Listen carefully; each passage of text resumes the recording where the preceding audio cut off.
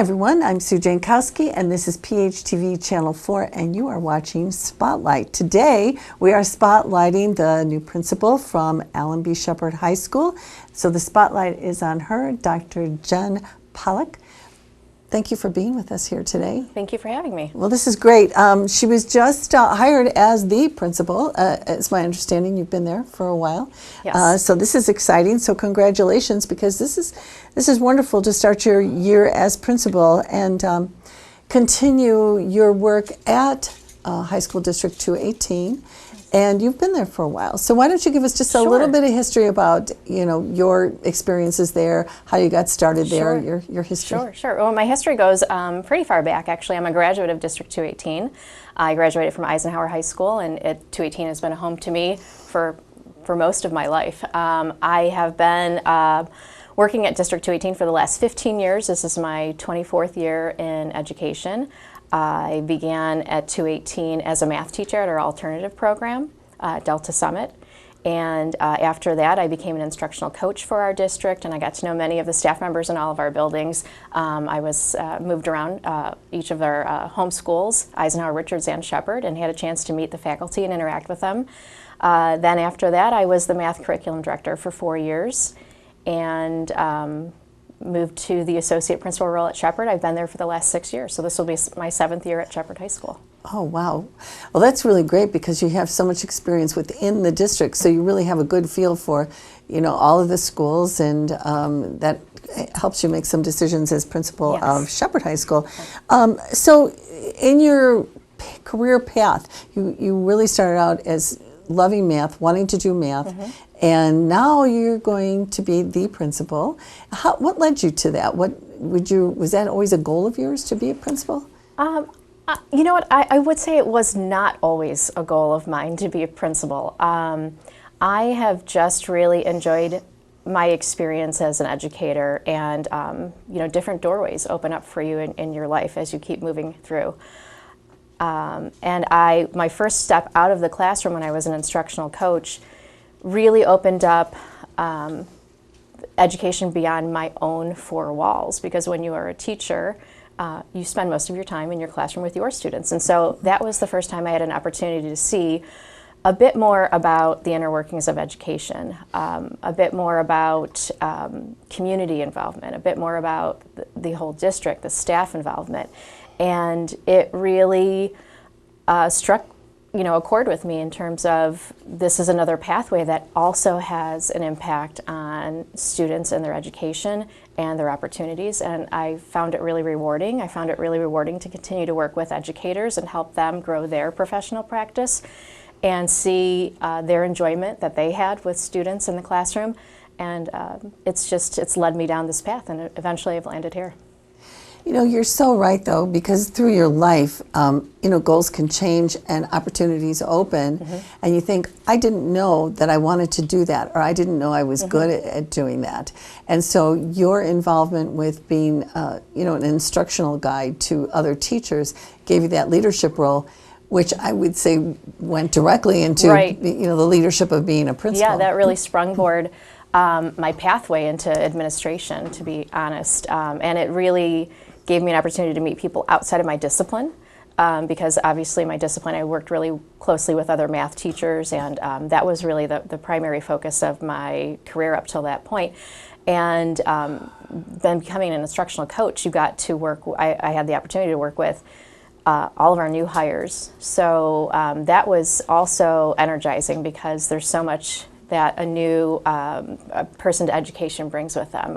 They've just come out of educational training, so they're on the cutting edge of what's being researched and what's new, and they're so eager and so interested in being their best selves that first year with their students, and so that was really energizing, and I got a chance to see different areas of curriculum and learned how different pieces of curriculum connect with each other. Sometimes especially at the high school level, we're so compartmentalized because we have that training, we're specialists in a content area, and so this was an opportunity to really see how it connects, and that's closer to the life of a student. They're walking through every day, interacting with all of these different pieces of curriculum, and when it comes together and it makes more sense and there's cohesion in that, I believe the students enjoy their day more. Yeah, I would agree with you. And that is, I mean, even when you think about a new teacher coming in, and then you've got new students coming in, going into a high school situation for students is a huge change. Yes. And even if they were in a big junior high and did change classes and go to different disciplines, Yes. it's still a tremendous change going into that high school arena. And then for the new teachers as well. Yes, yeah.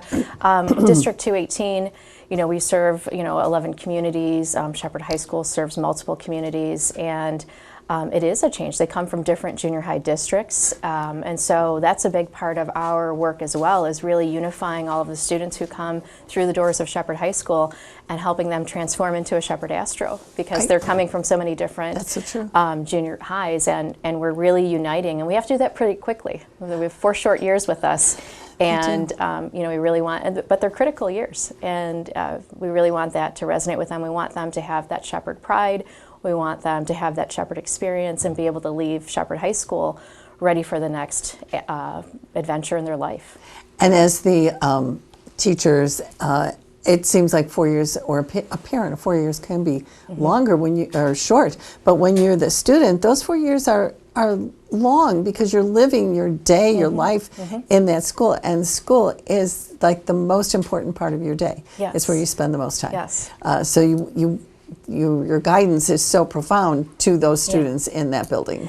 I once heard, actually, my own children's high school principal, when they began high school, say, high school is a lifestyle. And you always hear the phrase, the college lifestyle, but that really struck with me, and I've kept that, in the back of my mind as I've been the associate principal at Shepard, and now moving into the role of principal.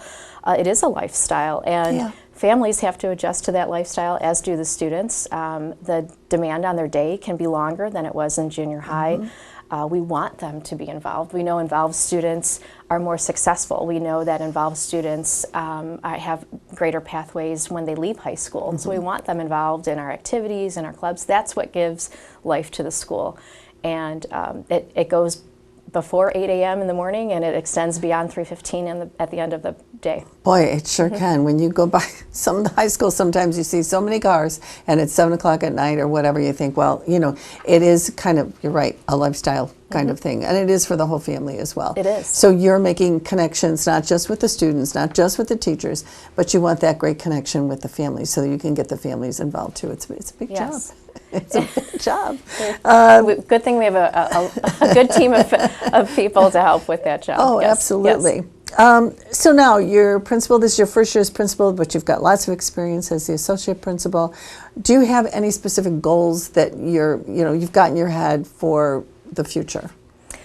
Well, for sure. There's definitely some goals. There are some that are more straightforward. For example, coming out of COVID, across the nation, our districts schools have experienced a decline in student attendance, and so we're kind of, we're getting back on our feet. We're pulling ourselves back together, and we're growing our communities, face to face again. And so that's an important goal for us, and we want to make sure we share that with families and with the community members, that it's really important that our students are present with us again, and we have great things to offer, and they have great things to give, and so we want that exchange again. So that's kind of a straightforward one. We need to work on increasing our attendance again and getting ourselves back cohesively. And Shepard just has extremely talented students, and I think one of our goals is to increase some of that spotlight for them. Get more student voice involved in some of the decisions that we're making in the building. One of the things that came to me at the end of the school year last year was our senior picnic, and also a senior sunrise. And so these are a senior sunrise event. They wanted to come before the sun rose on the last day of school, and be together, watch the sunrise, and play some bean bags and things like that, and get ready for their last day. That's so sweet. It was a really nice event, and so there's things like that where those are just increasing the community and increasing what our students are interested in doing, and then obviously showcasing them and really putting our students, center on the stage. And really setting up their future success, as you already mentioned, because hopefully they're going on either to some other career path, whether it be college or, some sort of training outside of the high school. You want them to feel like they're successful, they're smart, they're talented, they can do what they want to do. We, in the last 6 years that I've been there, we've increased, our district overall has, not just Shepard, but we've increased our number of AP classes that we offer. We've increased our dual credit opportunities, in particular with Moraine Valley. We've also reached out to some other local colleges. And we've continually increased each year. We had a little pause with the COVID years, but we've continued to increase the number of students who leave Shepard High School with a college-like experience, whether it was through AP or dual credit. It's something as close to 85% of our students leave Shepard High School with one of those two capstone classes. Wow. And so we're really proud of that. Yeah, that's a huge percentage. It is huge. Yeah. And so we share that with our incoming families on freshman parent night at our 8th grade open house. We share that end goal pathway with our families. So we know you're just thinking about starting high school, but we also want you to have in the back of your mind some goals for when you end your time at Shepard to help you move on to the next phase of your life. And so we share that very early on, and we have a great staff, and our students, I think, have successful experiences in those classes, and so word of mouth also spreads that these are good classes for you to take. Well, and with them being able to do that, they've got a leg up on their next education or whatever. I mean, we do a lot with Moraine Valley here at Channel 4, and knowing that you can get that kind of credit, I mean, it shortens your time in school. It gets you started early. Financially, it's a great boon to mostly parents. Yes. And that's wonderful that so many kids are taking advantage of that. Yes, yeah, we're really proud of the program, and we're really proud of our students. So that, and they, compete in many, things over at Moraine Valley as well that are associated with some of the dual credit programs. So those are some of the things we want to continue to grow and highlight. Yeah, that's cool. Well, it sounds like, I was going to ask you about your challenges, but your goals are challenges in a lot of ways, because you're trying to get those kids back after they didn't have to attend school physically. They could just be at home, and I think some kids got really comfortable doing that, and you can also be comfortable at school. I like seeing people in person, and I think it's really important to students to have that teacher relationship in person. So that's a great goal. And just trying to connect with the parents and all of that is wonderful too. But besides that, are there other challenges that you think, oh gosh, I would like to see the school do this or that maybe isn't what you want it to be right now? Yeah, well, I think we can always increase our academic performance, and so we have a number of administrators over at our district office as well who are dedicated to that, looking into our data, looking into our subgroups, looking into the programs that we offer, and analyzing that. Are we starting off our freshman students with the curriculum that they need to get ahead? This year in particular, we've started a math Algebra 1 honors program in the summer to help our students get a little bit more of that jump start, so that that's great. We've noticed that our scores are not where we want them to be, and so we've been working on that. We've also partnered in the past with an outside company, Equal Opportunity Schools, to help us increase the number of minority students in our AP and honors programs, because those are areas that we have room to grow, and we should, and we have an opportunity, and our students have risen to the challenge, and we have increased the number of students in our AP and honors courses, and we've maintained the amount of success that we've had in the classes. So, so we're increasing the numbers, and we're increasing the amount of students who are successful. So it's all working, and we want to keep that course. Yeah. Well, particularly after the whole COVID and education was turned upside down, and we had to all scramble and all of that, to have academic get going again, because it did for everybody, for every school, every kid. Things kind of slow down a little bit. So you want to see that increase, and I like to see them get back to education is so important. It's get you where you want to go. Yes. So you need to be there. Yes. And that sounds like Step one. be there. Oh gosh. Okay. So now we have some just lightning round questions for you. Who inspired you to get into education to start with? Was there some person particularly? I don't know if there was some person, but I did change my career path in college. I started out in engineering, and just in the back of my mind, my whole life, I thought, I really want to work more with people than with things. And I ended up switching majors and heading into education. Good thing you realized that, though, because you can realize that pretty quickly after 1 year of engineering school. Like, this is not for me. Okay, yes. Well, that was very Yeah. fortunate. Did you have a favorite teacher? Yes, one of my math teachers was one of my favorite teachers. He was the first teacher that I met first period, first day of high school, and I'm still in contact. And Yes. that's amazing, isn't it? I Yes. mean, one teacher can make a world of difference. So I think all teachers have to keep that in mind, that you can be the teacher that makes the world of difference to more than one student in your room. Absolutely. And it kind of changes their life, as Absolutely. this did for you. Yes. Yeah. Yes. That's wonderful. Yes. Now, is there a movie, the best movie you saw related to education? Well, I think that would have to be Stand and Deliver. I'm just a math person at heart, and I love that. I love that it's a true story, and I love that there was a passion that this educator had for math, and he saw the potential in his students and didn't give up on them, and they didn't give up on themselves, and I think that's important as well. You can have challenges, you can have setbacks, and to be able to persevere through that and keep going. You don't have to be perfect at everything the first go around. You just have to be willing to try. So true. It's just, it's something that you think if you fail at something, you can't do it. But that's not true. You just have to keep trying, because you probably can do it. Yeah, there's so much understanding behind the failure that you had. It really shouldn't be thrown away. And that's something in math class, you often think there's a right and a wrong answer, but we've talked about that as well. There's logic behind the response that you're giving, and you might just need a little tweak. That's right. Yeah.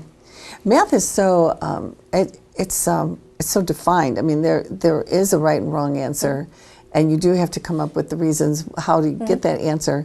Whereas some other subjects, you can have an opinion about. Math is not very much about an opinion. It's more exacting. So that's a whole thing that I think math students have to. They're good at that. Yeah. And just that perseverance is really important. Yeah. And that carries through in other areas in their life, other areas of the day at school. Being willing to try, and for our educators to be willing to encourage. Just keep encouraging students trying and working through those mistakes. And you always need math all your life. There's always something you need math for, so it's important. Have you had, I know as a teacher, there's a lot of special moments, beginning of the year, special students moments, but is there something particularly that steps out kind of to you as really memorable that, you kind of look back and go, yeah, that was a great moment? There's many. There really are many. In the classroom, one of my favorite things was when a student would say, "How did the bell ring?" Because we just had such a good time. They got lost in their learning, and I love that. That happened frequently, and I love that. Oh wow, they're so engaged that they're not looking at the clock every 2 minutes. Yeah. Good for you. There, just some special students who have done some special things throughout, my career. There's a lot of touching moments. My first year of leading our graduation ceremony as the associate principal at Shepard, we had a pretty special moment of the student walking across the stage in one of our specials programs, burst into song, and the entire graduating class did as well and joined him in the ceremony, and it was just touching moments. So you have lots of, you just have so many, you can't even count them all. No, right? That's sweet. So when you do get to get away and not be working and not be, because teachers and principals, if they're not at the school working, they're really thinking about school and what am I going to do, and this kid, or getting supplies or whatever. So it's kind of a nonstop kind of job. But when you do get out of Dodge, how do you relax? Like, like, do you get away on a vacation? Like, what's your ideal relaxing kind of moment? Well, I'm also a mom, so I have 2 teenage sons, and so that's been a lot of work-life balance. I have a great husband as well who helps with all of that, and we've gotten away a few times, both with and without our children, and I just enjoy being somewhere where you can just not really do much at all. Yeah. So I enjoy, a nice vacation where there's great scenery, whether it's a beach or a mountain view, and just a few minutes to just take a slow morning. I love I recharge with a slow morning. Yeah. Take a breath, deep breath. Have that extra cup of coffee. Yes. Not have to dash out and do that. That's so important. What kind of advice would you give a first-year teacher? Well, I really hope our first-year teachers lean into the whole experience and work with their colleagues, learn from others, don't be discouraged, and just really find the joy in what they're doing every day, and plan for that joy.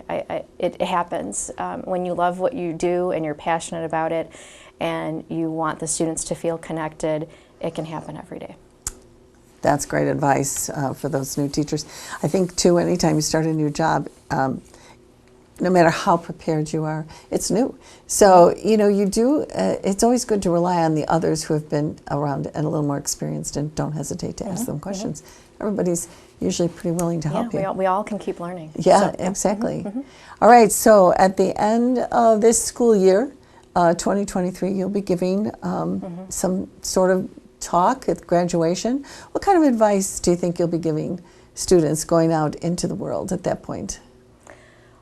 Similar to what we've discussed here, I really would like them to keep persevering, keep challenging themselves, keep looking for opportunities to grow and to give back. And don't forget about us at Shepard. Yes. Come back. Well, you got the dream job as principal of Shepard High School, which is fabulous. But if you couldn't be a principal, what other kind of job do you think you would have been happy doing? Well, it would have to be something with people. And I don't know that I have an answer for that. I feel like I thought, like I said, I started out somewhere else, and at that moment I realized this is the pathway that I feel like I belong on, and that I'm both able to give to and receive from. And so I've enjoyed that my whole life. And this is the dream job. Good. I mean, that's wonderful. So good luck. We wish you the best of everything. I think it sounds like it's going to be a wonderful year. And it's going to be great for the students to have a principal as the leader who's just all about them. And that's what's the most important. Well, I appreciate that. Thank you. Thank you. Thanks for joining us today. And thanks for watching Spotlight. I'm Sue Jankowski. You go out and have a great day. Bye-bye.